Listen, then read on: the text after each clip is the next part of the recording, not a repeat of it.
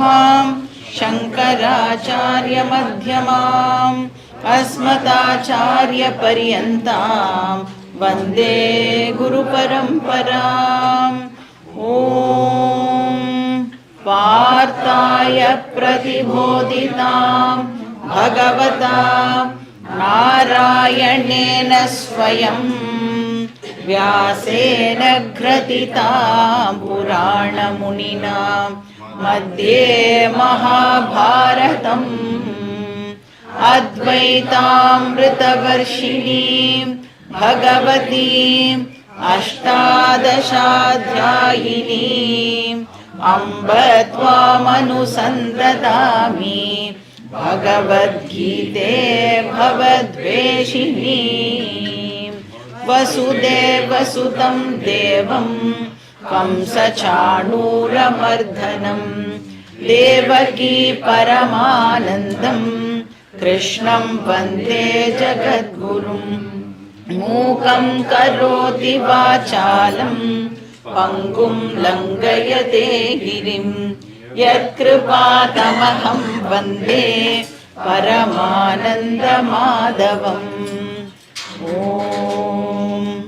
सहना भवतु सहनौ भुनक्तु सह वीर्यं करवावहै तेजस्विनावधीतमस्तु मा विद्विषावहै।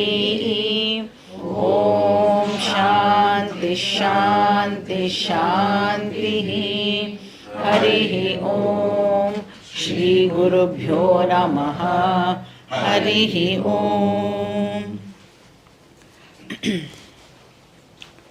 ஸோ நாம் இன்றைக்கி 4வது சாப்டருக்குள்ளே பிரவேசம் பண்ணணும்.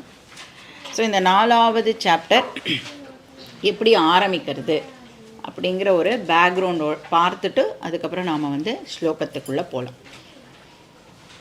இப்போ இந்த கீதா அப்படிங்கிறத ஆரம்பிக்கும் பொழுது சம்சார வர்ணனையோடு தான் இந்த கீதா ஸ்டார்ட் ஆச்சு இல்லையா. இப்போ வியாசர் அந்த சிச்சுவேஷனை எல்லாம் நமக்கு ப்ரெசென்ட் பண்ணார். எந்த மாதிரியான இடத்துல இந்த டீச்சிங் இப்போது நடைபெறுறது அப்படின்னு. இப்போ அதுக்கு எது இந்த டீச்சிங்க்கு எது ரீசனாக இருக்குது அப்படின்னு பார்த்தோன்னா அர்ஜுனனுடைய விஷாதம் அப்படின்னு பார்த்தோம். ஸோ அதனால தான் ஃபஸ்ட்டு சாப்டரோட பேர் அர்ஜுன விஷாத யோகம். இப்போ அர்ஜுனனுக்கு சம்சாரம் அந்த கரெக்டாக அந்த சண்டை போடுற நேரத்துக்கு ஜஸ்ட்டு முன்னாடி வெளிப்பட்டது அப்படின்னு பார்த்தோம். ஸோ எப்படி இந்த சம்சாரம் எக்ஸ்பிரஸ் ஆச்சு அர்ஜுனனுக்கு அப்படின்னா ராக சோக மோக அப்படின்னு பார்த்தோம். இது மூணும் சேர்ந்தது சம்சாரா அப்படின்னு வியாசர் இந்த இடத்துல நம்மளுக்கு ப்ரெசென்ட் பண்ணுறார். நீங்கள் பார்த்தேன்னா ஒவ்வொரு உபனிஷத்தில் ஒரு மாதிரி இந்த சம்சாரா ப்ரெசென்ட் பண்ணப்பட்டிருக்கும். இந்த இடத்துல நாம் ராக சோக மோக அப்படின்னு பார்த்தோம். இப்போ அர்ஜுனனுக்கு என்ன இருந்தது அப்படின்னா நிறையா வெளி விஷயங்கள் மேலே அவனுக்கு பற்று இருந்தது, அட்டாச்மெண்ட் இருந்தது. அதை தான் ராக அப்படின்னு சொல்கிறோம். ஸோ அந்த டிபெண்டன்ஸ் அவனுக்கு இருந்ததுனால அவனுக்கு அதனால் என்ன ஏற்பட்டது, சோகமானதும் இப்போ அவனுக்கு ஏற்பட்டது. அதாவது எனக்கு நடக்கக்கூடாது அப்படிங்கிறது நடந்தாலும் ப்ராப்ளம், நடக்கணுங்கிறது நடக்காமல் போனாலும் ப்ராப்ளம். ஸோ அதனால் அவனுக்கு இப்போ இவாள்லாம் போயிட்டா நான் என்ன பண்ணுறது அப்படின்னு அவன் மேலே இருந்த டிபெண்டன்ஸுனால் அவனுக்கு இப்போது நெக்ஸ்ட் ஸ்டேஜில் அந்த சாரோ க்ரீஃப் சோகமானது ஏற்படுறது. இப்போ ராக அண்ட் சோக நம்மளுடைய மனசுக்குள்ளே நுழைஞ்சிடுது அப்படின்னு சொன்னால் நெக்ஸ்ட் என்ன ஆகிடும், இப்போ மனசுக்கு என்ன ஏற்படும், இப்போது மோகம் ஏற்படும். மோகம் அப்படின்னு சொன்னால் குழப்பம், டெலியூஷன். அப்படின்னா என்ன, வாட் இஸ் தி குழப்பம்? இப்போ நான் எதை கரெக்டாக பண்ணணும் அப்படிங்கிற அந்த திங்க் பண்ணுற கெப்பாசிட்டியை நம்மளுடைய மைண்டு இப்போது இழந்துடும். அந்த பிரித்து பார்க்குற சக்தி இருக்குல்ல, விவேக சக்தி அப்படின்னு சொல்கிறோமே, அந்த விவேக சக்தி இந்த சோகம் என்ன பண்ணிடும், ஓவர் பவர் பண்ணி இந்த விவேக சக்தி ஃபங்க்ஷன் பண்ண விடாமல் தடுத்துடும். இப்போ இந்த ராக சோக மோக இது மூணும் சேர்ந்து இப்போது சம்சாரா ஆகிறது. இப்போ நம்ம பார்த்தோம் அவனே வந்து இந்த பிரச்சனையெல்லாம் சால்வ் பண்ணிக்கணும், எப்படியாவது நான் வந்து இந்த சோகத்திலேருந்து வெளியில் வரணும், நானே அதுக்கு வந்து சொல்யூஷன்லாம் கண்டுபிடிச்சிடுவேன் அப்படின்லாம் ட்ரை பண்ணினா, ஆனால் ஒரு கட்டத்தில் அவன் வந்து புரிஞ்சுட்டான், டெஃபினட்டாக நான் வந்து இப்போ ஹெல்ப்லெஸ்ஸாக தான் இருக்கேன், என்னால் வந்து இதுக்கு சொல்யூஷன் கண்டுபிடிக்க முடியாது போல இருக்குது அப்படின்னு அவனுக்கு தோணித்து. அதனால இப்போ அவன் என்ன பண்ணுறான், ரொம்ப ரொம்ப இன்டெலிஜென்ட்டாக அவனுக்கு முன்னாடி நிற்கிற பகவான்கிட்ட அவன் சரணாகதி பண்ணான். ஸோ பகவானையே இப்போது தன்னோட குருவாக அவன் வந்து அக்செப்ட் பண்ணிட்டான். ஸோ இந்த இடத்துல பார்த்தேன்னா கிருஷ்ணர் வந்து குருவாக தான் ஃபங்க்ஷன் பண்ணுறார். ஸோ டீச் பண்ண ஆரம்பிக்கிறார் அர்ஜுனனுக்கு. அதனால தான் நீங்கள் பார்த்தேன்னா தியான ஸ்லோகத்தில் என்ன படிக்கிறோம் நம்ம, வசுதே வசுதம் தேவம் கம்ச சாணூர மர்தனம் தேவகி பரமானந்தம் கிருஷ்ணம் வந்தே ஜகத்குரும். கிருஷ்ணனை வந்து இப்போ எப்படி நாம் வந்து வணங்குறோம் அப்படின்னா ஜகத்குரும், ஜகத்துக்கே அவர் வந்து இப்போது டீச்சராக ஆகிறார். இப்போ வந்து இந்த இடத்துல வந்து கிருஷ்ணர் என்ன சொல்கிறார், ஒன்றை ஒரு ரெப்ரசன்டேட்டிவாக வச்சுண்டு நான் வந்து இப்போது என்டையர் ஹியூமனிட்டிக்கு கீதா அப்படிங்கிற டீச்சிங்கை கொடுக்க போகிறேன். இப்போ 2வது அத்தியாயத்தில் கிருஷ்ணர் வந்து சொல்யூஷனை கொடுக்க ஆரம்பிக்கிறார். அப்போ நம்ம பார்த்தோம் இந்த சம்சாரா அப்படிங்கிற ப்ராப்ளம்க்கு இருக்கிற ஒரே சொல்யூஷன் ஆத்ம ஞானம் மட்டுமே. வேறு எதை நாம் தெரிஞ்சுட்டாலும் நமக்கு சம்சாராலேருந்து ஃப்ரீடம் கிடைக்காது. நீங்கள் வேறு என்ன விதவிதமாக ட்ரை பண்ணாலும் சொல்யூஷன் கிடைக்குமா அப்படின்னா கிடைக்கும், ஆனால் எப்படி இருக்கும்னா டெம்பரரி சொல்யூஷன், கொஞ்ச நேரத்துக்கு அதுலேருந்து ஃப்ரீ ஆன மாதிரி இருக்கும், ஆனால் இமீடியட்டாக வேறு ஒரு ப்ராப்ளம் நமக்கு வந்துடும். அதனால் பெர்மனெண்ட் சொல்யூஷன் நமக்கு வேணும் அப்படின்னா அதுக்கு ஒரே வழி செல்ஃப் நாலேஜ். அதனால கிருஷ்ணர் இப்போ அதை டீச் பண்ண ஆரம்பிக்கிறார். அதனால தான் நீங்கள் பார்த்தீங்கன்னா பகவத்கீதாவை நாம் என்ன சொல்கிறோம், ஆத்ம வித்யா அப்படின்னு அதுக்கு இன்னொரு பேரும் இருக்குது. இப்போ கீதாவில் வந்து நிறைய டாபிக்ஸ் டீல் பண்ணப்படுறது அப்படின்னு நமக்கு தெரியும். விதவிதமான டாபிக்ஸை கிருஷ்ணர் ப்ரெசென்ட் பண்ணுறார். ஆனால் what is the central theme of Gita, 4வது சாப்டர் படிக்க வந்திருக்கோம் இல்லை, கீதாவில் மெயினாக எதை பற்றி கிருஷ்ணர் சொல்கிறார் அப்படின்னு கேட்டால் என்ன சொல்லணும் நம்ம ஆன்சர், செல்ஃப் நாலேஜ் தான் கீதாவுடைய மெயின் தீம். இப்போ பாக்கி விஷயங்கள்லாம் என்ன அப்படின்னு கேட்டால் என்ன சொல்வேன், அதுக்கு நாம் வந்து போர் அடிக்காமல் நமக்கு இருக்கணுங்கிறதுக்காக கிருஷ்ணர் வந்து பாக்கி விஷயங்களையும் சேர்த்து கொடுத்துருக்கார். பாக்கி எல்லாம் என்னது, சாதனா, அந்த செல்ஃப் நாலேஜ் அப்படிங்கிற கோலை அடையிறதுக்கு எப்படி எல்லாம் நாம் வந்து நம்மளுடைய வாழ்க்கையை அமைச்சிக்கணும் அப்படிங்கிற நிறைய டிசிப்ளின்ஸும் வந்து கிருஷ்ணர் நம்மளுக்கு சொல்லி கொடுக்குறார். ஸோ ப்ரைமரி டாபிக் வந்து மோக்ஷம், அதுதான் கீதாவுடைய சென்ட்ரல் தீம். பீஷ்மர் வந்து அம்பு படுக்கையில் படுத்துட்டு இருந்தார் இல்லையா, அப்போ வந்து கிருஷ்ணரை பார்த்து சொல்கிறார், ஹே கிருஷ்ணா, நீ வந்து அர்ஜுனன் வந்து அப்படியே என்ன பண்ணுறதுனே தெரியாமல் அவனுடைய தேர் தட்டில் அப்படியே உட்காந்தானே, அவனுடைய காண்டிவத்தெல்லாம் போட்டுட்டோ, அப்போ நீ வந்து அவனுக்கு ஒரு டீச்சிங்கை கொடுத்தியே. என்ன சொல்கிறார் அவர், குமதிஹி ஆத்ம வித்யா அஹரத் அப்படின்னு ஒரு வார்த்தையை சொல்கிறார். குமதிஹி அப்படின்னு சொன்னால் கன்ஃபியூஸ்டு இன்டெலெக்ட் அப்படின்னு அர்த்தம். அந்த கன்ஃபியூஸ்டு இன்டெலெக்ட்லேருந்து கன்ஃபியூஷனை நீ எப்படி ரிமூவ் பண்ணின, ஆத்ம வித்யா, அவனுக்கு செல்ஃப் நாலேஜை கொடுத்தது மூலமாக அவனுக்கு அந்த மோகத்தை நீ வந்து ரிமூவ் பண்ணின. அப்போ பீஷ்மர் வந்து பகவத்கீதாவை ஆத்ம வித்யா அப்படின்னு தான் ரெஃபர் பண்ணுறார். பக்தி சாஸ்திரம், கர்ம சாஸ்திரம் அந்த மாதிரிலாம் பீஷ்மர் வந்து அதை ரெஃபர் பண்ணலை. இப்போ என்ன சொல்கிறார், ஆத்ம வித்யாவை சொல்லி கொடுக்குற ஒரு டெக்ஸ்ட் தான் இந்த பகவத்கீதா. ஞான சாஸ்திரமாக அதை வந்து பார்க்குறார். நம்ம பார்த்தோம் 2வது அத்தியாயத்தில் கிருஷ்ணர் வந்து நிறைய சாதனாஸ் பற்றியும் பேசினார் அப்படின்னு பார்த்தோம். அதாவது இந்த ஆத்ம வித்யாவை நான் அடையணும் அப்படின்னு சொன்னால் என்னெல்லாம் நான் பண்ணி என்னை ப்ரிப்பேர் பண்ணிக்கணும், என்ன ப்ரிப்பரேஷனோடு இருந்தால் எனக்கு இந்த நாலேஜ் ஆனது கிடைக்கும் அப்படின்னு அதுக்கு நிறைய சாதனாஸும் வந்து நமக்கு கிருஷ்ணர் வந்து ப்ரெசென்ட் பண்ணார். இந்த சாதனாவை மெயினாக பார்த்தோம்னா 2 ஸ்டேஜில் நமக்கு கொடுத்தார். ஒன்று வந்து கர்மயோகா ஸ்டேஜ் அப்படின்னு பார்த்தோம். அது என்னது அப்படின்னா, ஆக்டிவாக ஒரு பர்சன் வந்து நிறையா டிரான்சாக்ஷன்ஸில் ஈடுபடுறது. அந்த கர்மயோகம் அப்படிங்கிறத என்னன்னு பார்த்தோம் நாம். வாட் இஸ் கர்மயோகம்? Proper action with proper attitude. இதை வந்து பிரவருத்தி அப்படின்னு கிருஷ்ணர் வந்து சொன்னார். அப்போ இது பிரவருத்தினா what is the opposite of பிரவருத்தி? நிவೃತ್ತಿ. நிவೃத்தியில் என்ன பண்ணணும்? இந்த கர்மாலேருந்தெல்லாம் நாம் ஸ்லோவாக வித்ரா பண்ணிட்டு என்ன பண்ணுறது? அந்த டைம் எல்லாம் இப்போ நான் நிறைய டைம் கிடைக்குமே, எனக்கு என்ன பண்ணணும்? அதை வந்து ஆத்ம வித்யாவில் இப்போ நாம் டைமை ஸ்பெண்ட் பண்ணணும். ஸோ பிரவருத்தி பற்றியும் பேசினார், நிவೃತ್ತಿ பற்றியும் கிருஷ்ணர் நம்மளுக்கு ப்ரெசென்ட் பண்ணார். ஸோ இதெல்லாம் வந்து 2வது அத்தியாயத்திலே பார்த்தீங்கன்னா ரொம்ப ப்ரீஃபாக நமக்கு வந்து இதை பற்றின டீட்டெயில்ஸ் கிடச்சிது. இப்போ இந்த கர்மயோகம் அப்படிங்கிற சாதனா எதுக்காக பண்ணப்படுறது? சித்த சுத்திக்காக பண்ணப்படுறது, மென்டல் பியூரிட்டி. கர்மயோகம் நமக்கு மோட்சத்தை கொடுக்குமா? ஒரு நாளைக்கும் கர்மயோகம் நமக்கு மோட்சத்தை கொடுக்காது. இதை வந்து க்ளீனாக சொல்லிட்டார் கிருஷ்ணர். அதனால் 18வது அத்தியாயம் படிக்கும்போது வந்து கேட்கக்கூடாது, நான் கர்மயோகம் பண்ணுறேன் எனக்கு மோட்சம் கிடச்சிடும்ல அப்படின்னு என்கிட்ட வந்து கேட்டேன், அவ்வளோதான். அப்போ கர்மயோகத்தினால வெறும் ப்ரிப்பரேஷனை மட்டும்தான் நமக்கு கொடுக்க முடியும். இப்போ இந்த ப்ரிப்பரேஷன் வந்து சைட் பை சைட் நடக்கணும். அது பண்ணிகிட்டே இருக்கும் பொழுதே நாம் வந்து இந்த ஞான யோகத்தையும் ப்ராக்டிஸ் பண்ணணும். ஞான யோகம் அப்படின்னா ஸ்ரவணம், மனனம், நிதித்தியாசனம். கர்மயோகம் அப்படிங்கிறது ரொம்ப சிம்பிள். நீங்கள் என்ன ஆக்ஷன் பண்ணாலும், என்ன ஆக்டிவிட்டி பண்ணினாலும் அதை பூஜையாக கன்வெர்ட் பண்ணிடணும்.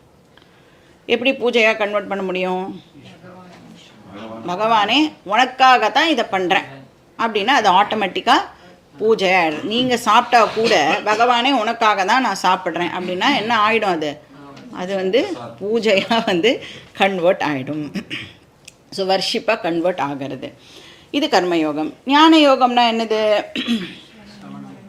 இப்போ நாம் என்ன பண்ணிகிட்டு இருக்கோம்? ஒரு டீச்சரோட ஹெல்ப்போட இந்த ஆத்ம வித்யாவை நாம் படிக்கணும், செல்ஃப் என்கொயரியை பண்ணணும். ஸோ இது 2 பற்றியும் வந்து 2nd சாப்டரில் ரொம்ப ரொம்ப ப்ரீஃபாக கண்டென்ஸ் பண்ணி கிருஷ்ணர் நமக்கு கொடுத்தார். அதுக்கப்புறம் என்ன பண்ணார் கிருஷ்ணர்? இந்த 2 டாப்பிக்கையும் இப்போது எக்ஸ்பேண்ட் பண்ணுறார், கர்மயோகம் அண்ட் ஞான யோகம். ஸோ 2வது சாப்டரில் 2த்தை பற்றியும் ரொம்ப சங்கேபமாக சொன்னார், கண்டென்ஸ் பண்ணி. அதாவது தலைப்புச் செய்திகள் அப்படி தான் சொல்லியிருக்கார் 2வது அத்தியாயத்தில். அதுக்கப்புறம் என்ன பண்ணார்? ஒரு டாப்பிக்கை மட்டும் எடுத்து 3வது அத்தியாயத்தில் விரிவான செய்திகள் அப்படின்னு சொல்லுவாள்ல, அது என்ன டாப்பிக்கு? 3வது அத்தியாயம் கர்மயோகம். இப்போ 2nd சாப்டரில் சங்கேபா, 3வது அத்தியாயத்தில் விஸ்தார இல்லை எக்ஸ்பேண்ட் பண்ணி ஒரு டாப்பிக்கை மட்டும் நமக்கு எக்ஸ்பேண்ட் பண்ணி சொன்னார். இப்போ 2nd chapter and 18th chapter இது 2 அப்படி இருக்கும் அப்படின்னா சங்கேப ஃபார்மில் இருக்கும். தலைப்புச் செய்திகள், விரிவான செய்திகள், அப்புறம் மீண்டும் தலைப்புச் செய்திகள் இருக்கும்ல, அதுதான் 2nd சாப்டரும் 18th சாப்டரும். நடுவில் இருக்கிறது எல்லாம் வந்து நல்ல எக்ஸ்பிளைன் பண்ணி கிருஷ்ணர் வந்து ப்ரெசென்ட் பண்ணுவார். ஸோ இந்த 3வது சாப்டர் வந்து கர்மயோகத்தோட எக்ஸ்பேன்ஷன் அப்படின்னு பார்த்தோம். அதனால தான் அந்த சாப்டருக்கு பேரே வந்து கர்மயோகம். அப்போது 4வது சாப்டரும் 5வது சாப்டரும் எதனுடைய எக்ஸ்பேன்ஷன்? ஞான யோகத்தோட எக்ஸ்பேன்ஷனாக இருக்க போகிறது. So 4th chapter and 5th chapter 2மே வந்து நமக்கு ஞான யோகத்தை பற்றி இலாபரேட்டாக ப்ரெசென்ட் பண்ண போகிறது. இப்போ 3rd சாப்டருக்கு பேர் கர்மயோகமா? 4th சாப்டருக்கு என்ன பேர்? ஞான கர்ம சந்நியாச யோகம், அதுதான் அதுக்கு பேர். 4வது சாப்டருக்கு பேர் ஞான கர்ம சந்நியாச யோகம். இதுக்கு ஏன் இந்த டைட்டில்? அதை நாம் அப்புறம் பார்க்கலாம். இப்போ வந்து இந்த பேக்ரவுண்டோட நாம் 4th சாப்டருக்குள்ளே என்டர் பண்ணலாம். ஸ்லோகம்லாம் ஒன்று ஒன்றா பார்க்க ஆரம்பிக்கலாம்.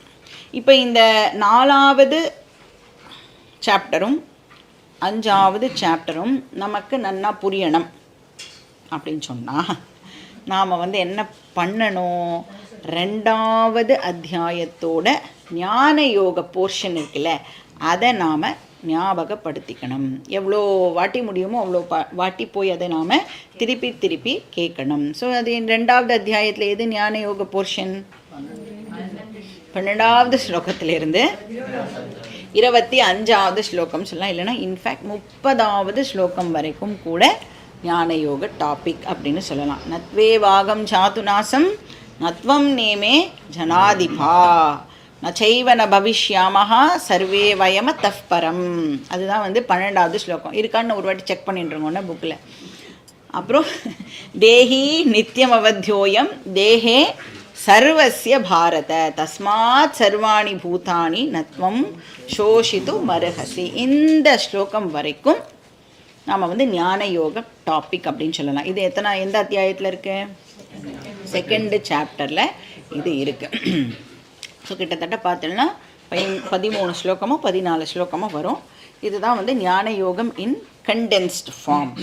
அப்போது 4வது சாப்டர் அண்ட் 5வது சாப்டர் இதனுடைய வியாக்கியானமாக இருக்க போகிறது, விஸ்தாரமாக. இப்போ நாம் அதை பார்க்க போகிறோம். இப்போ நம்ம வந்து ஸ்லோகம் படிச்சுட்டோ மீனிங்கை பார்க்கலாம். ஸோ எல்லோரும் வந்து 4th சாப்டர் எடுத்துக்கோங்க, பேஜ் நம்பர் 72-73. ஓம் ஸ்ரீ கிருஷ்ணாய பரமாத்மனே நமஹ.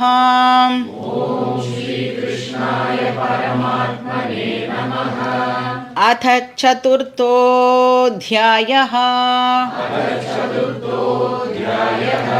ஞானகர்ம சந்நியாசயோகः. ஸ்ரீபகவானுவாச்ச இமம் விவஸ்வதே யோகம் प्रोक्तवानहमव्ययम् विवस्वान्मनवे प्राह मनुरिक्ष्वाकवे ब्रवीत्.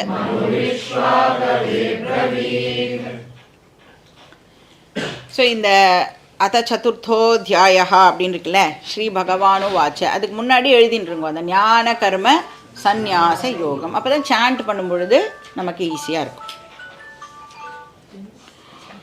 இப்போ வந்து கிருஷ்ணருடைய எய்ம் வந்து ஞான யோகத்தை இலாபரேட் பண்ணுறது, அதுதான் அவருடைய எய்ம். ஆனால் என்ன பண்ணுறார், இந்த டாபிக் அந்த ஞான யோகத்தை இலாபரேட் பண்ணுறதுக்கு முன்னாடி கிருஷ்ணர் என்ன பண்ணுறார், இந்த இடத்துல ஒரு குட்டி டைவர்ஷன் எடுக்கிறார், ஒரு ஸ்லைட் டிஸ்ட்ராக்ஷன் அப்படின்னு வச்சுக்கலாம். ஃபர்ஸ்ட் 8 ஸ்லோகம்ஸ் இந்த சாப்டரில் அந்த குட்டி டிஸ்ட்ராக்ஷனாக இருக்க போகிறது. அதில் வந்து 2 டாபிக் வருது. எப்படி நம்மளை டிஸ்ட்ராக்ட் பண்ணுறார் அப்படின்னா, ஃபஸ்ட்டு டாபிக் கீதாவுடைய க்ளோரி பற்றி சொல்கிறார். 3 சாப்டர் வந்துட்டோம், அப்புறம் நம்ம கண்டினியூ பண்ணணும்னா கீதாவோட க்ளோரி என்னன்னு நமக்கு தெரியணும் இல்லையா. ஸோ கீதாவுடைய கிரேட்னஸ் வந்து ஒரு டாபிக். 2வது டாபிக் வந்து வாட் இஸ் அவதாரம், அதை பற்றியும் வந்து கிருஷ்ணர் நமக்கு சொல்ல போகிறார். அவதார ரகசியம் அப்படின்னு இந்த டாப்பிக்கோடைய பேரை சொல்லுவாள், பகவானுடைய அவதாரம் பற்றின டீட்டெயில்ஸ். ஸோ இதுதான் நாம் இந்த சாப்டரில் ஃபஸ்ட்டு 8 ஸ்லோகங்களில் பார்க்க போகிற விஷயம். அப்போ 9வது ஸ்லோகத்திலேருந்து ப்ராப்பர் ஞான யோகம் டாபிக் நாம் பார்ப்போம். இப்போ இதில் ஃபஸ்ட்டு டாபிக் என்ன அப்படின்னா கீதா ஸ்துதி. இங்கே என்ன சொல்கிறார் கிருஷ்ணர் அப்படின்னா, கீதா அப்படிங்கிறது வந்து வேதத்தோடைய கண்டென்ஸ்டு ஃபார்ம், வேதத்தினுடைய எசன்ஸை தான் நான் கீதா அப்படிங்கிற பேரில் கொடுத்துருக்கேன். இப்போ கிருஷ்ணர் இங்கே இந்த கீதா பகவத்கீதா அப்படிங்கிறது என்னுடைய டீச்சிங் அப்படின்னு எங்கேயுமே கிளைம் பண்ணவே இல்லை, காப்பிரைட்ஸ்லாம் வாங்கிக்கவே இல்லை. என்ன சொல்கிறார், வேதத்தில் என்ன சொல்லப்பட்டிருக்கோ அதைத்தான் நான் வந்து இப்போது அதனுடைய எசன்ஸை இப்போது நான் வந்து கீதா அப்படிங்கிற ஃபார்மேட்டில் உனக்கு கொடுத்துருக்கேன். இப்போ இங்கே வந்து நாம் வந்து ஒரு சயின்ஸ்லலாம் பார்த்தேன்னா ரிசர்ச்லாம் பண்ணுவாள். ரிசர்ச் பண்ணி என்ன போட்டுப்பா, யாரோ ஒருத்தர் ரிசர்ச் பண்ணுவா, ஆனால் இன்னொருத்தர் வந்து அதெல்லாத்தையும் அப்படியே எடுத்து இது நான் தான் கண்டுபிடிச்சேன் அப்படின்னு ஒரு கிரெடிட் பேர்லாம் போட்டுருவாள். அந்த மாதிரிலாம் இங்கே வந்து கிருஷ்ணர் பண்ணிக்கவே இல்லை. இன்ஃபேக்ட் கிருஷ்ணர் தான் டீச்சே பண்ணுறார் இல்லையா, இருந்தாலும் கிரெடிட் எல்லாம் அவர் எடுத்துக்கவே இல்லை. நீங்கள் பார்த்தீங்கன்னா நிறைய நம்மளுடைய கிரந்தங்கள்லாம் இருக்குல்ல, இப்போ நம்ம வந்து தத்துவபோதா அப்படிலாம் படிக்கிறோம்ல, அதெல்லாம் வந்து ஆதிசங்கரர் அப்படின்னு சொல்லிடுவோம். ஏன்னா யார் எழுதினா அப்படிங்கிறதே நமக்கு தெரியாது. ஏன்னா யாருமே அந்த காலத்தில் இது என்னோடையது பேட்டன்ட்டெல்லாம் யாரும் வாங்கலை, காப்பிரைட்லாம் யாருமே வந்து வாங்கி வச்சுக்கல. ஏன்னா இது வேதம் வந்து என்டையர் ஹியூமனிட்டியோடது, எல்லாருக்கும் இது போய் சேரணும் அப்படிங்கிறதுனால இந்த டெக்ஸ்டெல்லாம் பண்ணினவா அவள் பேரெல்லாம் வந்து ஜென்ரலாக பார்த்தேன்னா போட்டுருக்கவே மாட்டான். அந்த மாதிரி இங்கே வந்து இவர் என்ன சொல்கிறார், வேதத்தில் என்ன சொல்லப்பட்டிருக்கோ அதைத்தான் நான் உனக்கு சொல்கிறேன். இப்போ வேதம் எப்போ ஒரிஜினேட் ஆச்சு, எப்போ வந்தது வேதம் அப்படின்னு நம்மளால் சொல்ல முடியுமா அப்படின்னா, வேதம் அனாதி. எப்போ ஒரிஜினேட் ஆச்சுன்னு நம்மளால் சொல்ல முடியாது. இப்போ வேதம் வந்து சிருஷ்டியோடு சேர்ந்தே நமக்கு கொடுக்கப்பட்டது. இப்போ இந்த யூனிவர்ஸ் கிரியேட் ஆச்சு அப்படின்னு சொல்கிறோம்ல, அது கூடவே சேர்ந்து இந்த வேத சப்தங்களும் வந்தது. அப்போ வேத சப்தங்கள் இப்போ வந்து ஆகாசத்தில் இப்போவும் அது அவைலபிளாக இருக்குது. யாருக்கு அதை ரிசீவ் பண்ணுறதுக்கான கெப்பாசிட்டி இருக்கோ அவளை தான் நம்ம ரிஷி அப்படின்னு சொல்கிறோம். இப்போ ரிஷிகள்லாம் என்ன பண்ணா, அந்த சப்தத்தை அவளுடைய தப்பஸுனால் அதை வந்து ரிசீவ் பண்ணி நம்மளை மாதிரியாக இருக்கிற ஆர்டினரி பீப்புளுக்கு அதை அவளுடைய டீச்சிங்காக அதை ப்ரெசென்ட் பண்ணா.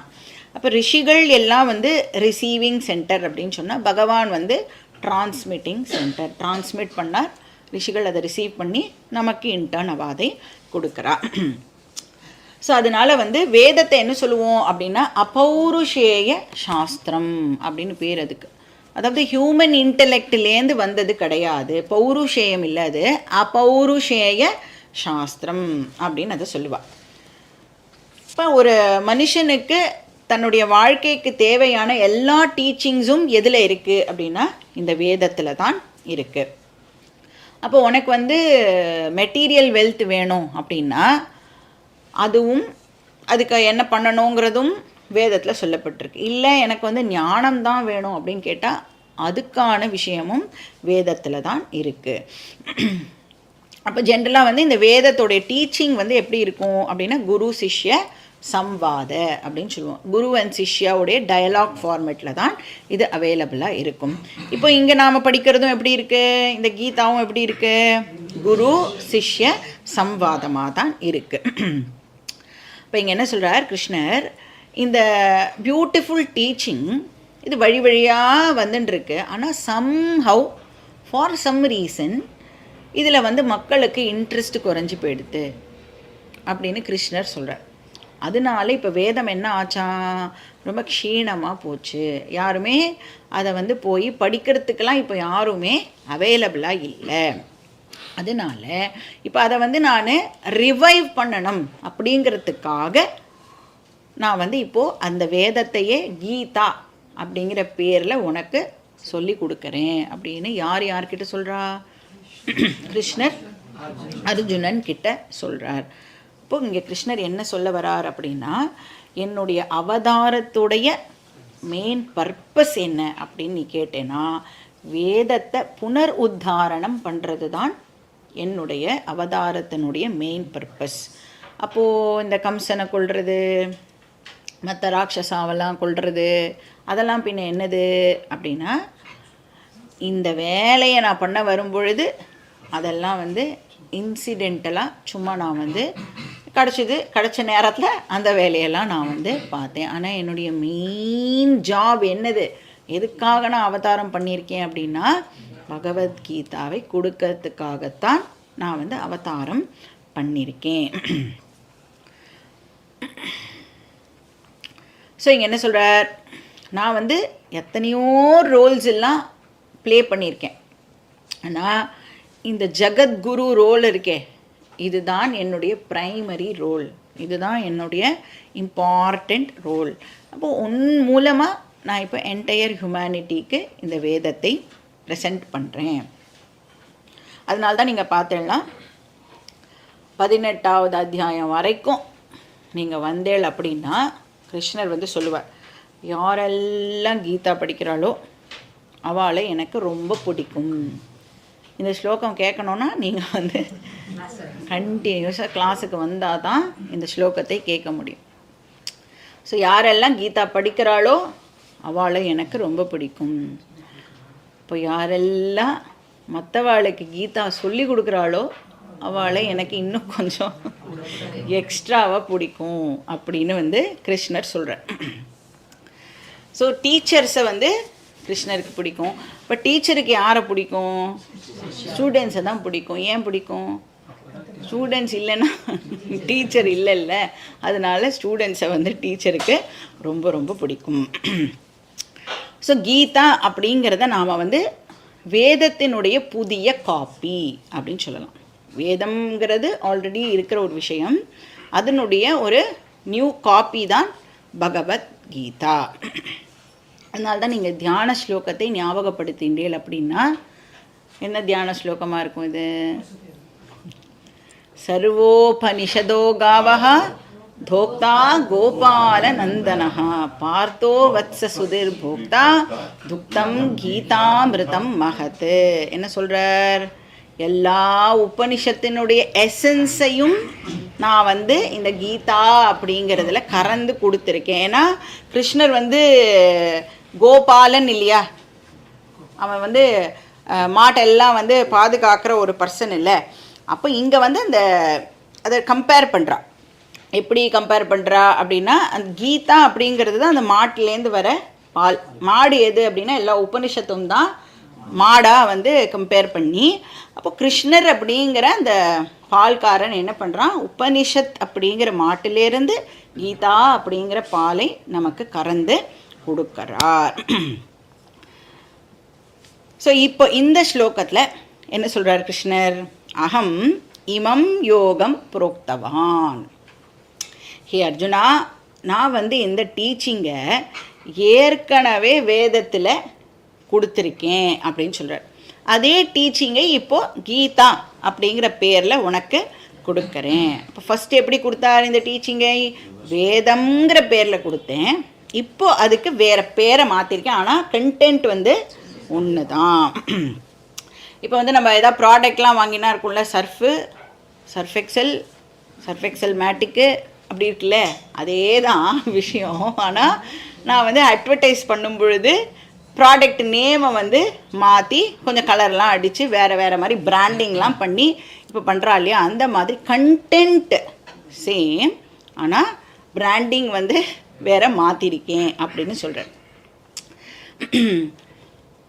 இப்போ வேதத்தினுடைய புது பேர் கீதா அப்படின்னு சொல்கிறேன். ஸோ அகம் இமம் யோகம் புரோக்தவான்.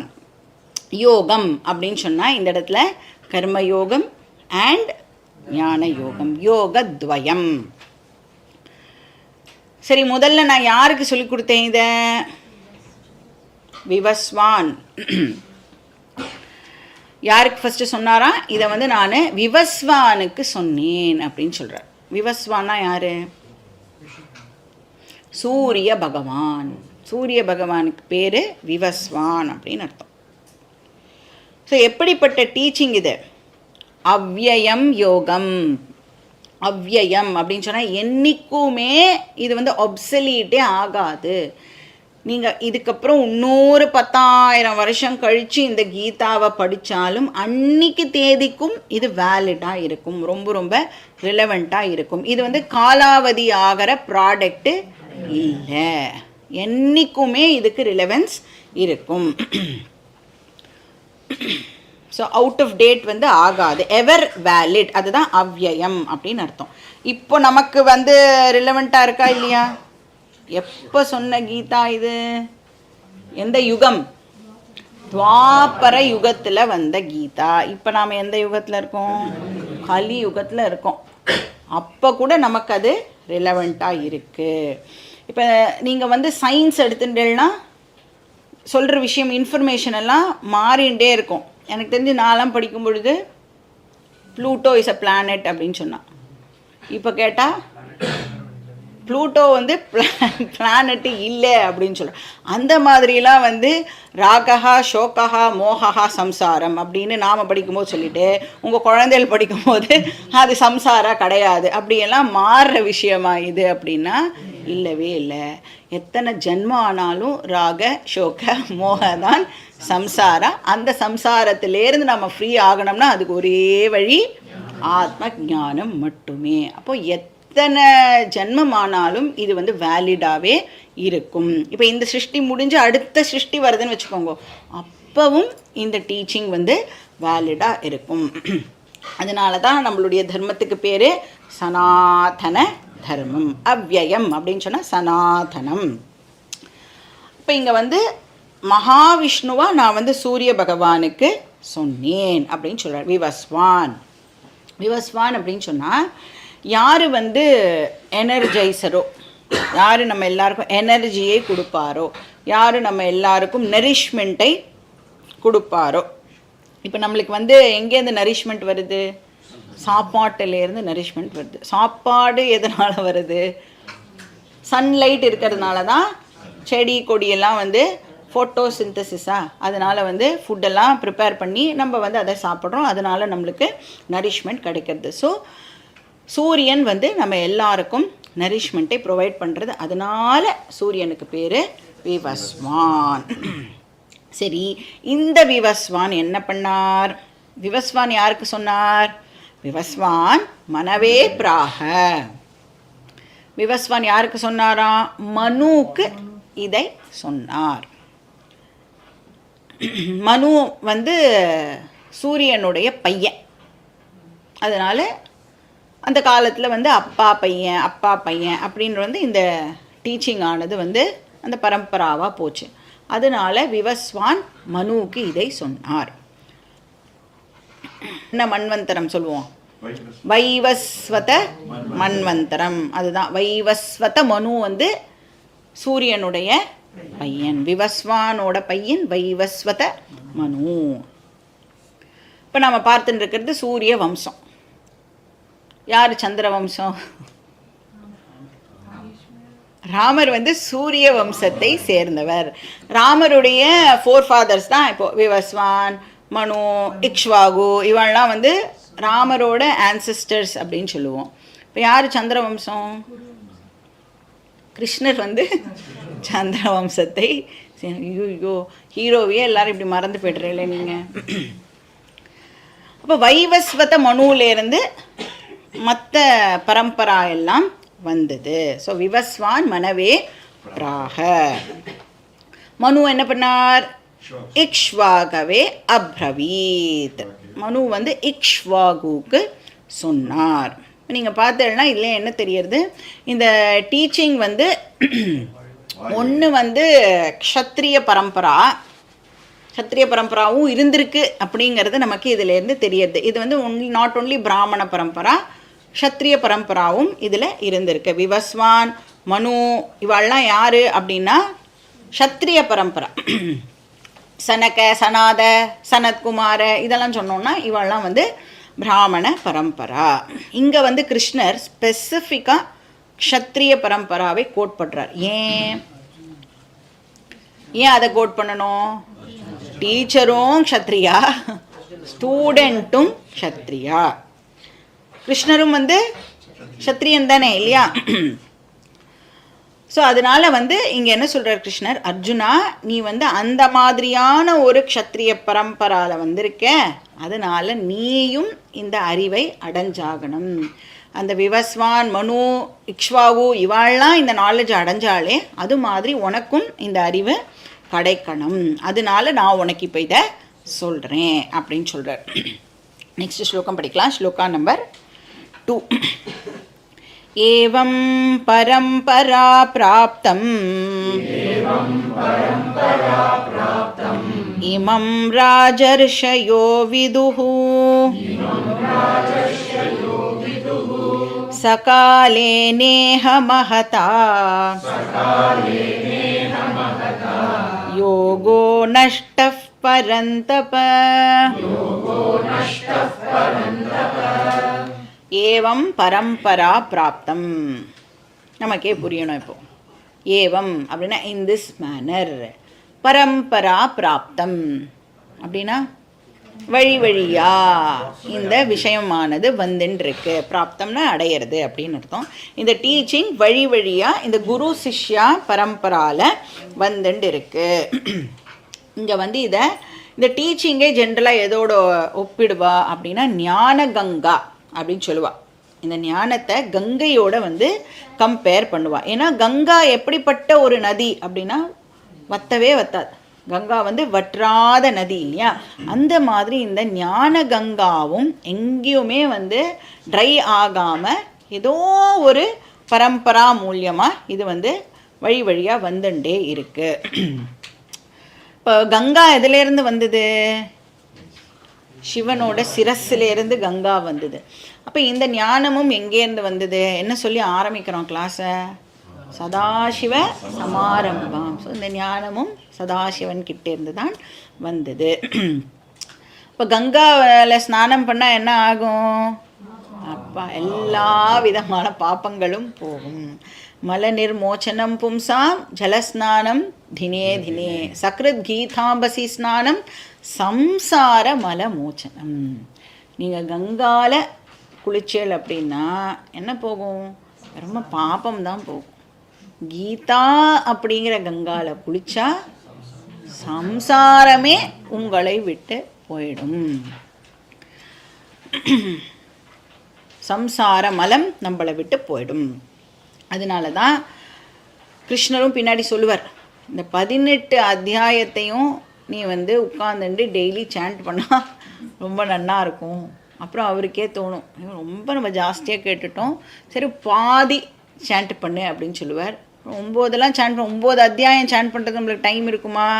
அதனால் ரொம்ப குறைச்சி என்ன சொல்லிவிட, அட்லீஸ்ட் ஒரு ஸ்லோகம் நீ வந்து சாண்ட் பண்ணினா கூட உனக்கு அது ரொம்ப யூஸ்ஃபுல்லாக இருக்கும். கேயம் கீதா நாம சஹஸ்ரம் தேயம் ஸ்ரீபதி ரூபம் அஜஸ்ரம். இங்கே கேட்டிருக்கோம் இதை, பஜ கோவிந்தம். கேயம் கீதா அப்படின்னா டெய்லி நாம் கீதாவை சாண்ட் பண்ணணும். அட்லீஸ்ட் ஒரு சாப்டரையாவது எடுத்து நாம் சாண்ட் பண்ணணும்.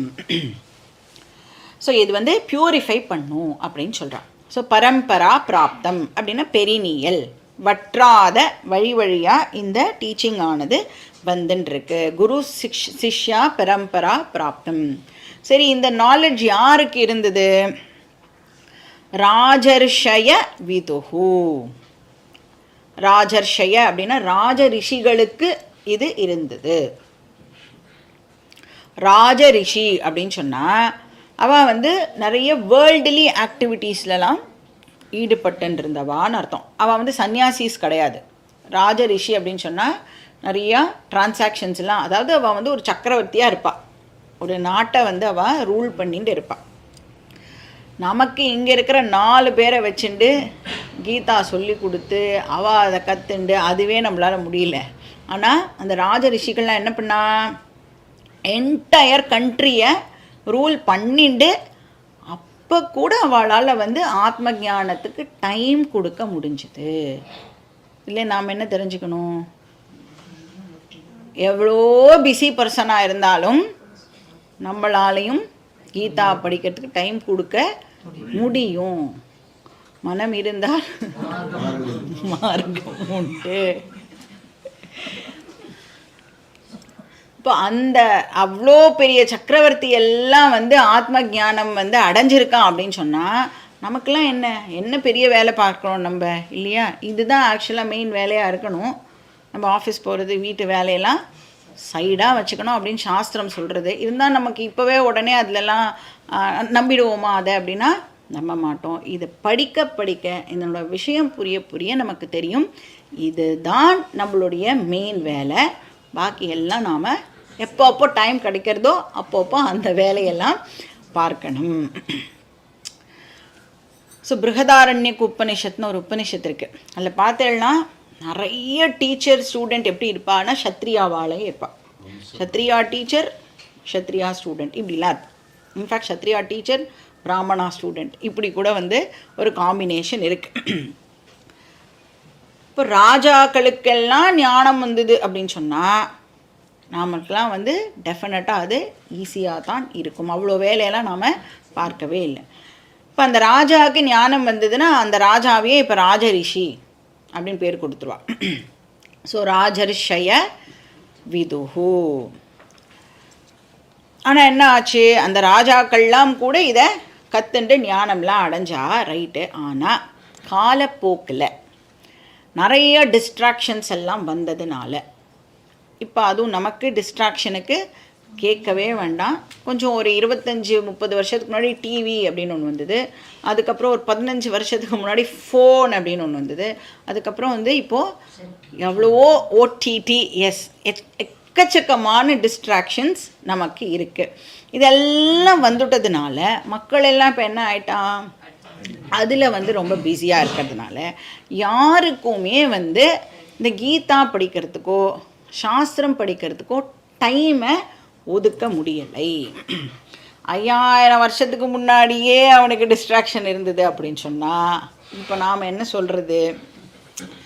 இப்போ மட்டும் கிருஷ்ணர் இருந்தால் வேறு ஏதாவது இன்னும் ஸ்லோகம்லாம் சொல்லியிருப்பார் நமக்கு.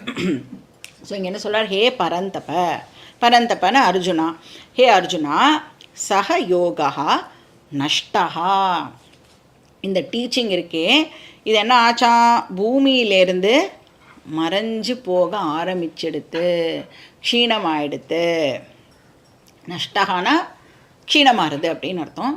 மகதா காலேன, லாங் டியூரேஷன் ஆஃப் டைம்னால, இந்த கால இடைவெளியினால் ரொம்ப ரொம்ப கொஞ்சம் பேருக்கு தான் இதெல்லாம் படிக்கணுங்கிற இன்ட்ரெஸ்ட் வந்து இப்போது இருக்குது. நிறைய பேருக்கு இந்த மாதிரி ஒரு விஷயம் இருக்குன்னே கூட தெரியறதில்ல. ஏன்னா அவளுடைய பேரண்ட்ஸ் வந்து அவளுக்கு அதை எடுத்து சொல்லலை. அவளுக்கு ஏன் தெரியல, அவளுடைய பேரண்ட்ஸ் அவளுக்கு எடுத்து சொல்லலை. எல்லாருமே வந்து வெளிமுகமாக அவளுடைய விஷயங்களை ரொம்ப பிஸியாக இருந்ததுனால இந்த சாஸ்திர விஷயத்துக்கு யாரும் வரது இல்லை. அப்படியே நாம் சாஸ்திரம் அப்படிலாம் சொன்னால் அதெல்லாம் ரிச்சுவல் போர்ஷனுக்காக நாம் சாஸ்திரத்தை யூஸ் பண்ணுறோமே ஒழிய ஞானம் போர்ஷனுக்காக ஒருத்தர் கூட இந்த சாஸ்திரத்தை யூஸ் பண்ணுறது இல்லை. அதனால இப்போ வேறு வழியே இல்லாமல் நான் வந்து இதை ரிவைவ் பண்ண வேண்டியதாக இருக்குது அப்படின்னு இந்த ஸ்லோகத்தில் கிருஷ்ணர் வந்து சொல்கிறார். சகாலே நேக மகதா யோக நஷ்ட பரந்தப. இது வந்து கொஞ்சம் கொஞ்சமாக அழிஞ்சு போயின்னு இருக்கு. அதனால நான் வந்து அதை ரிவைவ் பண்ணுறேன் அப்படின்னு சொல்கிறேன். நெக்ஸ்ட் ஸ்லோகம் படிக்கலாம். ஸ்லோகா நம்பர் 3. சயேவாயம் மயா தேத்யஹ யோகः प्रोक्तः पुरातनः भक्तोऽसि मे सखा चेति रहस्यं ह्येतदुत्तमम् சயேவாயம் மயா தேத்யஹ கிடையாது, சயேவாயம் மயா தேத்ய. இப்போ இந்த டீச்சிங்கை ப்ரொடெக்ட் பண்ண வேண்டியது என்னோட டியூட்டி அப்படின்னு கிருஷ்ணர் இங்கே சொல்கிறார். ஏன் என்னோட டியூட்டி? நான் தான் இந்த டீச்சிங்கை சிருஷ்டிம் போது கொடுத்தேன். அப்போ அதை பாதுகாக்க வேண்டிய பொறுப்பும் என்னோடது தானே அப்படின்னு இங்கே கிருஷ்ணர் கேட்குறார். அதனால நான் வந்து இப்போ அதை புனருத்தாரணம் பண்ணுறதுன்னு முடிவு பண்ணிட்டேன். அதனால் ஒன்றை இப்போ அதுக்கு ஒரு ரெப்ரசன்டேட்டிவாக சூஸ் பண்ணியிருக்கேன் அப்படின்னு சொல்கிறார். என்டையர் ஹியூமனிட்டியை நீனு ரெப்ரசன்ட் பண்ணுற. அதனால தான் யாரோ அர்ஜுனனுக்கு கிருஷ்ணர் கீதாவை டீச் பண்ணார் அப்படின்னு எடுத்துக்கக்கூடாது. யாருக்கு டீச் பண்ணுறார்? எனக்கு அப்படின்னு ஒரு வாட்டியும் அர்ஜுனவு வாச்ச அப்படின்னு படிக்கும்போது நான் சொல்கிறேன் அப்படின்னு நாம் வந்து போட்டுக்கணும். அதுக்கு பகவான் வாச்ச அப்படின்னா அர்ஜுனனுக்கு சொல்லலை, எனக்கு பகவான் சொல்கிறார். சக ஏவ அயம் யோகா புராதனக மயா புரோக்தா. யோகம் அப்படின்னா அந்த டீச்சிங் அப்படின்னு அர்த்தம். கர்மயோகம், ஞான யோகம். முன்னாடி இதை வந்து வேதம்னு சொல்லிட்டு இருந்தோம். அதனால தான் பார்த்தீங்கன்னா வேதத்தை 2 பாகமாக பிரிக்கிறா இல்லையா. வேத பூர்வ பாகத்தில் கர்மயோகம் சொல்லப்பட்டிருக்கு. வேத அந்த பாகத்தில் ஞான யோகம் வந்து இருக்கு. இப்போ வேத பூர்வம் நம்மளுக்கு சித்த சுத்தியை கொடுக்கறது, வேத அந்தம் என்ன கொடுக்கறது? ஞானத்தை கொடுக்கறது. வேத பூர்வத்துக்கு பேர் கர்மகாண்டம், வேத அந்தத்துக்கு பேர் ஞான காண்டம். அந்த யோகத்வயத்தை அயம் தே அத்யஹா என்னால் சொல்லி கொடுக்கப்பட்டது. எப்போ சொல்லி கொடுத்தார்? இதை எங்கே சொல்லி கொடுத்தார்?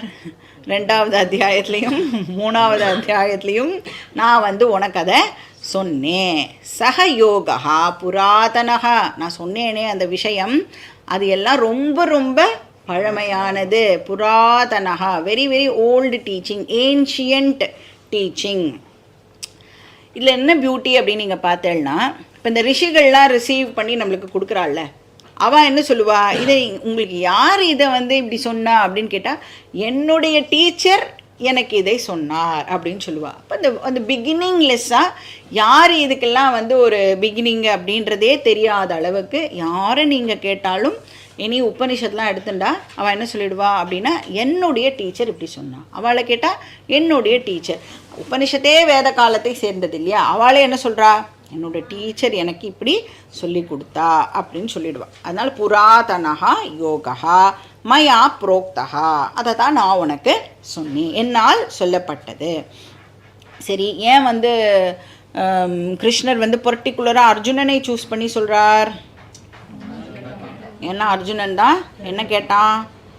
சிஷ்யஸ்தே அகம் ஷாதி மாம், ஷாதினா டீச் பண்ணு, இன்ஸ்ட்ரக்ட் பண்ணு அப்படின்னு கேட்டான். துவாம் பிரபன்னம், நான் வந்து உன்னை சரணாகதி பண்ணுறேன் அப்படின்னு கேட்டான். அதனால கிருஷ்ணர் வந்து அவனுக்கு டீச் பண்ணுறார். ப்ளஸ் அவன் கேட்டான், எனக்கு எது நல்லதோ அதை எனக்கு சொல்லு. ஸோ சிஷ்யன் ஆகணும் அப்படின்னா அதுக்கு என்ன பேசிக் குவாலிட்டி நமக்கு தேவைப்படுறது அப்படின்னா, ஸ்ரத்தா இருக்கணும், பக்தி இருக்கணும். இது ரெண்டும் இருந்தால் தான் நாம் வந்து நம்மளை சிஷ்யா அப்படின்னு சொல்லிக்கலாம். அப்போ தான் குருவும் வேலிட் ஆகும் இல்லையா? சிஷ்யனாக இருந்தால் தான் குரு இருக்க முடியும். ஸோ கிருஷ்ணர் சொல்கிறார், நான் ஏன் உன்னை சூஸ் பண்ணேன் தெரியுமா? பக்தஹா அசீமி, நீ வந்து என்னுடைய பக்தனாக இருக்க, நான் என்ன சொன்னாலும் கேட்குறதுக்கு நீனு ரெடியாக இருக்க. நம்மெல்லாம் அப்படி இருக்கோமா? டீச்சர் சொல்கிறத கேட்குறதுக்கு தயாராக இருக்கோமா? இங்கே வந்து ஒருத்தர் சொல்லி இன்னொருத்தர் கேட்கறது அப்படிங்கிறது நிஜமாகவே வெரி வெரி டிஃபிகல்ட் டாஸ்க். சந்தேகமாக இருந்ததுன்னா என்ன பண்ணி பார்க்கணும்? வீட்டில் போய் ட்ரை பண்ணி பார்க்கணும். நீங்கள் பேச ஆரம்பிக்கும் போதே என்ன பண்ணுவா? அவளும் பேரலாக வந்து பேசிகிட்டு இருப்பா. அப்படின்னா என்ன அர்த்தம்? சொல்கிற காதில் கூட கேட்குறதுக்கு தயாராக இல்லை அப்படின்னு அர்த்தம். ஸோ பக்தகா அசீமே, நீ அந்த மாதிரிலாம் இல்லை, நான் என்ன சொன்னாலும் நீ வந்து கேட்குறதுக்கு ரெடியாக இருக்க. சஹ ச இதி. கிருஷ்ணர் வந்து இன்னொரு ஸ்டேட்மெண்ட்டையும் சொல்கிறார், நீ கேட்காட்டா கூட நான் உனக்கு சொல்லியிருப்பேன், ஏன்னா நீ வந்து என்னுடைய ஃப்ரெண்டு, சகி அப்படின்னு சொல்கிறார். ஏன்னா ஒரு ஃப்ரெண்டு தப்பு பண்ணும் பொழுது அதை சரி பண்ண வேண்டியது இன்னொரு ஃப்ரெண்டுடைய கடமை. ஸோ பாபாத் நிவாரயதி. ஸோ ஃப்ரெண்டுனா என்ன பண்ணணும்? ஒரு என்னோடய ஃப்ரெண்டு வந்து பாப்பம் பண்ணுறான் அப்படின்னு சொன்னால் அந்த பாப்பத்துலேருந்து அவனை எப்படி வெளியில் எடுத்துகிட்டு வருது அப்படின்னு இந்த ஃப்ரெண்டு வந்து அந்த ரெஸ்பான்சிபிலிட்டி எடுத்துட்டு அதை தடுக்கணும். அதனால கிருஷ்ணர் இங்கே என்ன சொல்கிறார்? நீ என்னோடய friend, it is my duty to suggest solution அப்படின்னு சொல்கிறேன். ஸோ உனக்கு வந்து நான் இந்த ஞானத்தை கொடுக்கலாம்னு இருக்கேன். என்ன ஞானம் இது?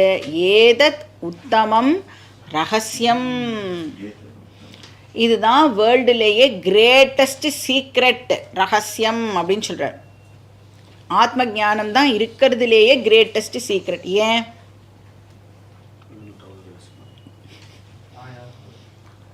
புரியாத வரைக்கும் எப்படி இருக்கும்? அது ரகசியமாகவே இருக்கும்.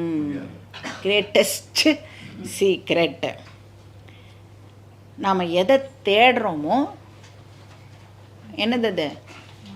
அது நான் தான். அதனால அது சீக்ரெட்டாகவே இருக்கும். எது நமக்கு கிட்டக்க இருக்கோ அதை தேடுவோமா நம்ம? ஆனால் இப்போ தேடுறோமா இல்லையா? அப்போனா அது சீக்ரெட்டாக தானே இருக்குன்னு அர்த்தம். அந்த ட்ரெயின் கதை ஞாபகம் இருக்கா? ட்ரெயினில் ஒரு திருடன் வந்து ட்ராவல் பண்ணானே, ஒரு பிஸ்னஸ் மேன்கிட்டேருந்து பணத்தை அடிக்கணும் அப்படின்னு ட்ரை பண்ணிகிட்டே இருந்தானே. 3 நாள் ஆச்சு, 4 நாள் ஆச்சு, அவனால் பணத்தை அடிக்கவே முடியல. அப்புறம் ரொம்ப வந்து ஃப்ரஸ்ட்ரேட் ஆகி அந்த பிஸ்னஸ் மேன்கிட்ட போய் கேட்டான், ப்ளீஸ் இவ்வளோ பெரிய திருடனான என்னையே நீங்கள் வந்து இதை மாதிரி ஏமாத்துறீங்களே, அந்த பணத்தை நீங்கள் அப்படி எங்கே தான் வச்சேன் அப்படின்னா, உன்னுடைய தலகாணி கடியில் தான் நான் வச்சேன். இப்போ நாமளும் என்ன தேடுறோம்? எங்கே நிம்மதி, எங்கே நிம்மதி அப்படின்னா அந்த நிம்மதி எங்கே இருக்குது? வெளியில் தேடின்னு இருக்கிற வரைக்கும் ஒரு நாளைக்கும் அதை கண்டுபிடிக்க முடியாது. ஏன்னா அந்த நிம்மதி ரொம்ப ரொம்ப சீக்ரெட்டாக நமக்குள்ளேயே ஒளிஞ்சின்னு இருக்கு. ஸோ அதனால் இந்த ஞானம் உத்தமம் ரகசியம். ஸோ இந்த ரகசிய விஷயத்தை உனக்கு நான் கொடுக்கறதுக்கு டிசைட் பண்ணியிருக்கேன் அப்படின்னு சொல்கிறார். இப்போ வந்து ஃபஸ்ட்டு இந்த விஷயத்தை நீ வந்து காது கொடுத்து கேளு. இப்போ வந்து நிறைய பேர் நீங்கள் பார்த்தீங்கன்னா எனக்கு பிரச்சனை அப்படின்னு சொல்லிகிட்டு இருக்கா. இப்போ அந்த மாதிரி சொல்யூஷன் தெரிஞ்சவா இருக்கா, நம்ம கூடவே தான் அவளும் வாழ்ந்துட்டு இருக்கா. அவளாம் என்ன சொல்கிறா, என்கிட்ட அதுக்கு சொல்யூஷன் இருக்குது, நீ வந்து இப்படி ஓடிண்டே இருக்கியே, ஒரு செகண்ட் நீ வந்தேன்னா என்ன பண்ணணும்னு நான் உனக்கு சொல்கிறேன் அப்படின்னு சொல்கிறா. அந்த ஓடிண்டே இருக்கிறவா காதில் என்கிட்ட சொல்யூஷன் இருக்குதுன்னு சொல்கிறவா பேச்சு கேட்கணும்னா அந்த ஓடிண்டே இருக்கிறவா என்ன பண்ணணும்? ஒரு செகண்ட் ஓடுறதை நிறுத்திட்டு என்ன சொல்கிறான்னு காது கொடுத்து கேட்டால் தான் இந்த விஷயம் புரியும். ஆனால் யாருக்கும் அதுக்கு கூட டைம் இல்லை. ஸோ அதனால் வந்து இங்கே நீ வந்து நான் சொல்கிறத கேட்குறதுக்கு ரெடியாக இருக்க, அதனால் உனக்கு நான் இந்த விஷயத்தை சொல்ல போகிறேன். நிறைய பேர் என்ன நினச்சிட்டு இருக்கா அப்படின்னா, எவ்வளோ நாளைக்கு ஓட முடியும்? நம்ம உடம்புல தெம்பு இருக்கிற வரைக்கும் தானே ஓடி ஓடி உழைக்க முடியும். அதனால ஒரு 60 வயசு 70 வயசு வரைக்கும் நல்லா எல்லா வேலையும் பண்ணிவிட்டு அதுக்கப்புறம் இனிமேல் வீட்டில் நீ என்ன உனக்கு என்ன இருக்குது, உன்னால் ஒன்றுமே பண்ண முடியாது அப்படின்னு சொன்னதுக்கப்புறமா நாம் கீதா கிளாஸ்லாம் அட்டென்ட் பண்ணோம் அப்படின்னு சொன்னால் நமக்கு வந்து போகிற காலத்துக்கு புண்ணியம் கிடைக்கும். ஆக்சுவலாக கிருஷ்ணர் என்ன சொல்லி கொடுக்குறார் நம்மளுக்கு? 20 வயசில் எப்படி வாழணும், 30 வயசில் எப்படி வாழணும், 40 வயசில் எப்படி வாழணும், அப்படி சாகிற வரைக்கும் நீ எப்படி இருக்கணும் அப்படிங்கிறதே பகவான் நமக்கு இங்கே சொல்லி கொடுக்குறார். 20 வயசில் எப்படி வாழணுங்கிறத 70 வயசில் கற்றுன்ட்டு எப்போ நான் இம்ப்ளிமெண்ட் பண்ணுறது? அடுத்த ஜென்மாவில் அகெயின் எனக்கு மனுஷ ஜென்மம் கிடச்சிதுன்னா ட்ரை பண்ணலாம். பட் நமக்கு நெக்ஸ்ட் ஜென்மா என்ன கிடைக்கும்னு தெரியாது. அதனால் எந்த வேலையும் இல்லைன்னா நான் கிளாஸுக்கு வருவேன். பாதி பேர் கிளாஸுக்கு வரவன் 60+ தான் இருப்பா. எனக்கு தெரிஞ்ச ஆஃபீஸ்லாம் அவளுக்கு இருக்காது. அதுலேயும் கிளாஸ் கட் பண்ணுறா அப்படின்னா அப்போ அவள்லாம் வந்து எவ்வளோ பெரிய பிஸி பர்சன்ஸாக அவள்லாம் இருக்கணும். ஆஃபீஸ் கிடையாது, பாக்கி எல்லா டியூட்டியும் ஓரளவுக்கு டெஃபினட்டாக அவள் வந்து முடிச்சிருப்பா. அதுலேயும் என்னால் இன்றைக்கி வர முடியல, இந்த கல்யாணத்துக்கு போகணும், இந்த பூனலுக்கு போகணும், அதுக்கு போகணும், இதுக்கு போகணுன்னா கிருஷ்ணர் கேட்குறார், எத்தனை ஜென்மமாக நீ இந்த பூனல் கல்யாணம் அட்டென்ட் பண்ணிட்டு இருக்க தெரியுமா? ஜென்மமாக 100 கோடி ஜென்மமாக நீ வந்து கல்யாணம் அட்டென்ட் பண்ணியிருக்க, பூனல் அட்டென்ட் பண்ணியிருக்க, கிரகப்பிரவேசம் அட்டென்ட் பண்ணியிருக்க. இப்போயும் நான் அதை தான் பண்ணுவேன் அப்படின்னு சொன்னால் better luck next time. So அதனால் இப்போ அர்ஜுனனுக்கு ஏன் சொல்கிறார்? அவன் கிளாஸே கட்டடிக்காமல் நான் வந்து இந்த பக்கம் அந்த பக்கம் திரும்பாமல் நீ என்ன சொல்கிறையோ அதை நான் கேட்கறதுக்கு தயாராக இருக்கேன்னு சொன்னதுனால அவனுக்கு இந்த டீச்சிங்கை பகவான் இப்போ கொடுக்குறார். ஏதத் ரகசியம் உத்தமம் மயா புரோக்தா, என்னால் உனக்கு சொல்லப்படுறது அப்படின்னு சொல்கிறார். நெக்ஸ்ட் ஸ்லோகம், ஸ்லோகா நம்பர் 4. அர்ஜுன உவாச்ச अपरं भवतो जन्म परं जन्म विवस्वतः कथमेतत् विजानीयाम् त्वमादौ प्रोक्तवानिति. இப்போ முதல் 3 ஸ்லோகம் நம்ம பார்த்தோன்னா அந்த கீதாவுடைய க்ளோரி சொல்லப்பட்டது. வேதத்தில் என்ன சொல்லப்பட்டிருக்கோ அதையே தான் உனக்கு கீதாங்கிற ஃபார்மில் இப்போ சொல்கிறேன் அப்படின்னு சொல்கிறார். அதனால தான் கீதாவை என்ன சொல்லுவோம், ஸ்மிருதி அப்படின்னு சொல்லுவோம். வேதத்துக்கு ஸ்ருதி அப்படின்னு பேர். ஸ்ருதியை தழுவி இது இருக்கிறதுனால இதுக்கு பேர் ஸ்மிருதி அப்படின்னு பேர். இப்போ again next topic of diversion அப்படின்னு சொல்லலாம். இப்போ அர்ஜுனன் ஒரு கேள்வி கேட்குறான், அதை பேஸ் பண்ணி கிருஷ்ணருடைய ஆன்சர் ஆனது இருக்க போகிறது. அர்ஜுனனுக்கு அகெயின் இப்போ ஒரு டவுட் வருது. ஏன்னா அர்ஜுனன் எப்படி கவனிக்கிறான், ரொம்ப ஷார்ப் பர்சன் அர்ஜுனன். அதனால் அவனுக்கு இப்போ ஒரு டவுட் வருது. எதில் டவுட் வரணுமோ அதிலலாம் வராது. என்ன இங்கே கேட்குறான், நீ என்ன சொல்கிற கிருஷ்ணா, நீ இந்த டீச்சிங்கை க்ரியேஷன் போதே கொடுத்தேன் அப்படின்னு சொல்கிற, அதுக்கப்புறம் விவஸ்வானுக்கு சொல்லி கொடுத்தேன்னு சொல்கிறேன், அப்புறம் இப்போது உனக்கு அதையே தான் நான் டீச் பண்ணிட்டு இருக்கேன் அப்படின்னும் சொல்கிறேன். அப்போ அர்ஜுனனோட டவுட் என்னது, எனக்கு இப்போ நீ டீச் பண்ணுறேன்னு சொல்கிறது ஓகே, ஆனால் சூரிய பகவானுக்கும் நான் தான் டீச் பண்ணேன் அப்படின்னு சொல்கிறியே, அதை என்னால் எப்படி அக்செப்ட் பண்ணிக்க முடியும் அப்படின்னு கேட்குறான். வேலிட் டவுட்டு தானே இது, வெரி வேலிட் டவுட்டு. நீ ரீசண்டாக இப்போ தானே தேவகிக்கு பிறந்த, நானும் நீயும் சமகாலத்தவர் இல்லையா, எனக்கும் உனக்கும் கிட்டத்தட்ட ஒரே வயசு தான் வருது, ஃப்ரெண்ட்ஸாக வேற இருக்கோம் நாம். அப்படி இருக்கும் பொழுது நீ எப்படி இதை சூரிய பகவானுக்கு சொல்லி கொடுத்த அப்படின்னு சொல்கிற? இது இந்த காலக்கணக்குப்படிலாம் பார்த்தா ரொம்ப ரொம்ப லாஜிக்கெல்லாம் பயங்கரமாக இடிபடுறது அப்படின்னு சொல்கிறேன். எனக்கு ரொம்ப குழப்பமாக இருக்குது. எனக்கு இப்போ நீ சொல்லி கொடுக்குறேன்னு சொன்னால் டெஃபினட்டாக உன்னால் அப்போ சொல்லி கொடுத்துருக்க முடியாது.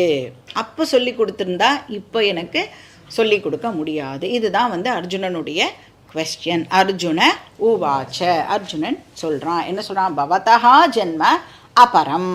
பவதஹா ஜென்ம, உங்களுடைய ஜென்மா பர்த் அபரம் அப்படின்னா ரீசெண்ட், சமீபத்தில் தான் நடந்தது. இதே விவஸ்வதஹா ஜென்ம பரம், விவஸ்வானுடைய ஜென்மா எப்போ நடந்தது, பரம் அப்படின்னா மில்லியன்ஸ் ஆஃப் இயர்ஸ் பேக் அது நடந்தது.